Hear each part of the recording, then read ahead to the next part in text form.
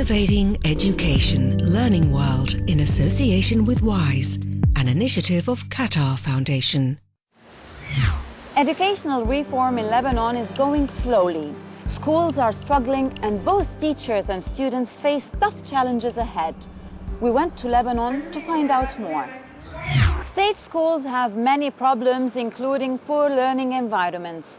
And in underprivileged areas, school dropout rates are high. But one organization is trying to make the best use of school resources. Let's see how.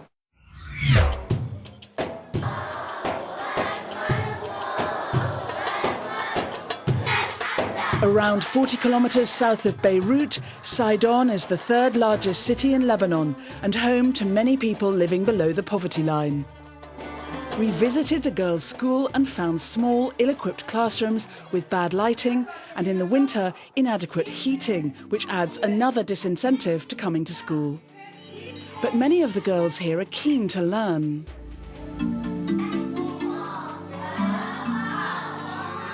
Yes, there are problems in the school, but I want to learn so that when I grow up I can go to university and then work. The NGO Teach for Lebanon works to eliminate education inequality and decrease absenteeism and dropout rates.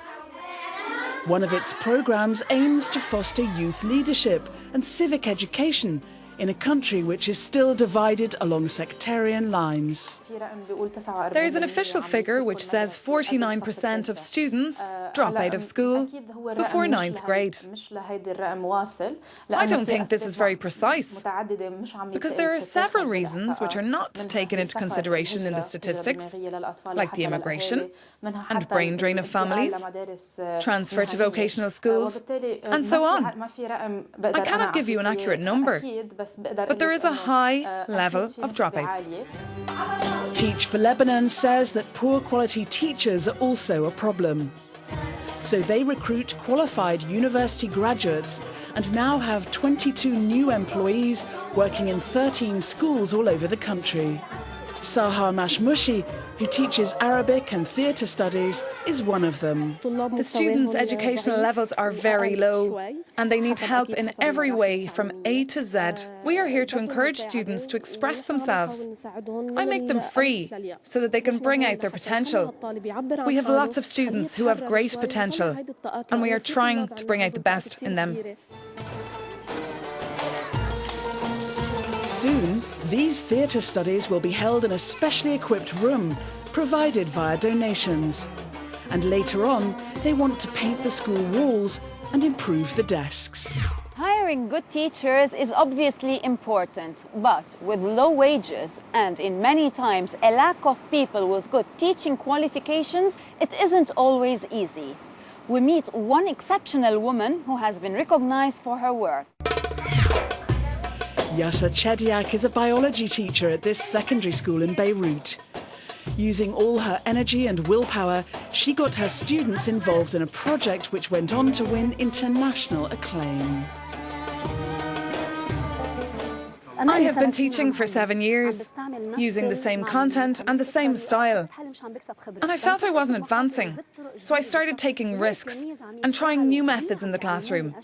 And when I felt the students interacting and teaching me new things, I was encouraged to take more risks. So I found myself inventing a new method, which involves encouraging students to run after education, and then education runs after them. I was trying out my own way of concentrating on the skills that the students will need in the job market. I took a very dry subject, paper pollution, a subject which students weren't interested in learning. And teachers weren't even interested in teaching. We made students research information which we didn't have. And when they realised that they had to produce new information, they were more excited. Then I made them use a real problem-solving method, dealing with real life and real problems. By talking to environmental associations, they became more motivated to make good use of paper and be careful about recycling. Now they have a Facebook page and a website which contains all their research in order to raise awareness about paper pollution. Since then, they've been organising an annual paper collection campaign at school. In 2012, Yusa Chediak won an international award for innovative teachers. She was ranked 3rd worldwide for her project in the Building Information and Critical Thinking category.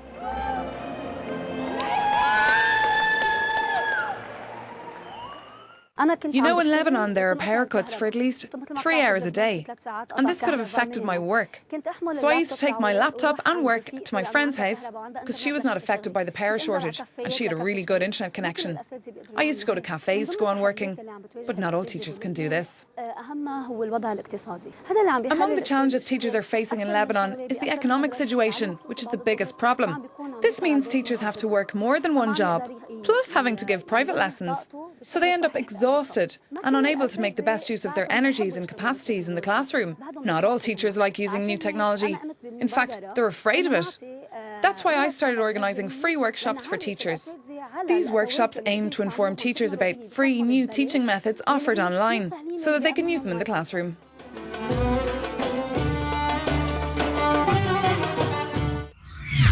With only one state university in Lebanon, many Lebanese students are turning to private institutions like the American University of Beirut. It has a reputation for being one of the oldest and best universities in the Middle East. So we went along to find out more. 140 years old, the American University of Beirut was founded by American missionaries in Lebanon and Syria and has faced many challenges in its time.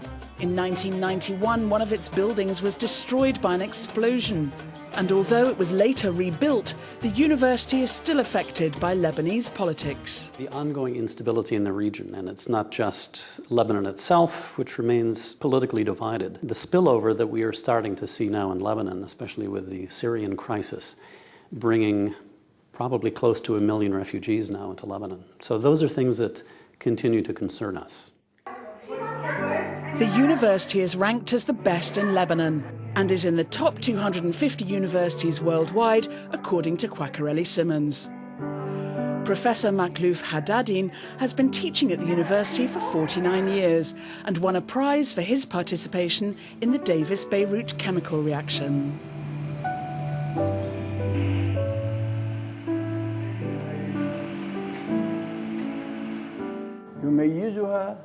What characterises this university is that it's in Lebanon, and in Lebanon there is freedom, particularly academic freedom, which is not present in most Arab countries. With faculties in agriculture and food services, arts and sciences, engineering and architecture, health sciences, medicine and a business school, the university is based on the American liberal arts model of higher education. Fees are around $18,000 a year.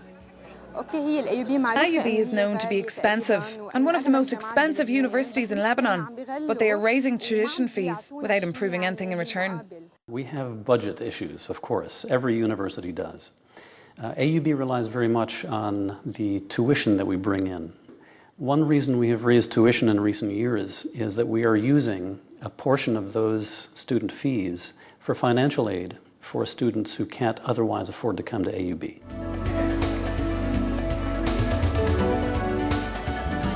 It's expensive, but there's no shortage of people applying to study here. Why? At this uni, they don't segregate you along sectarian lines. We get places here according to our education achievements, not according to which sect we belong to. The American University certificate is highly valued in the job market and opens a lot of new job opportunities. The university also has 3 museums which are open to the public. At this archaeology museum, for example, university staff organise workshops to teach children about their history and culture. But despite this, Lebanon is still seeing an exodus of bright young talent from the country. So, what are your thoughts about the education system in Lebanon? Do share your ideas on our social media pages. Well, that's all we have time for this week. Goodbye from Beirut. Learning World in association with WISE, an initiative of Qatar Foundation.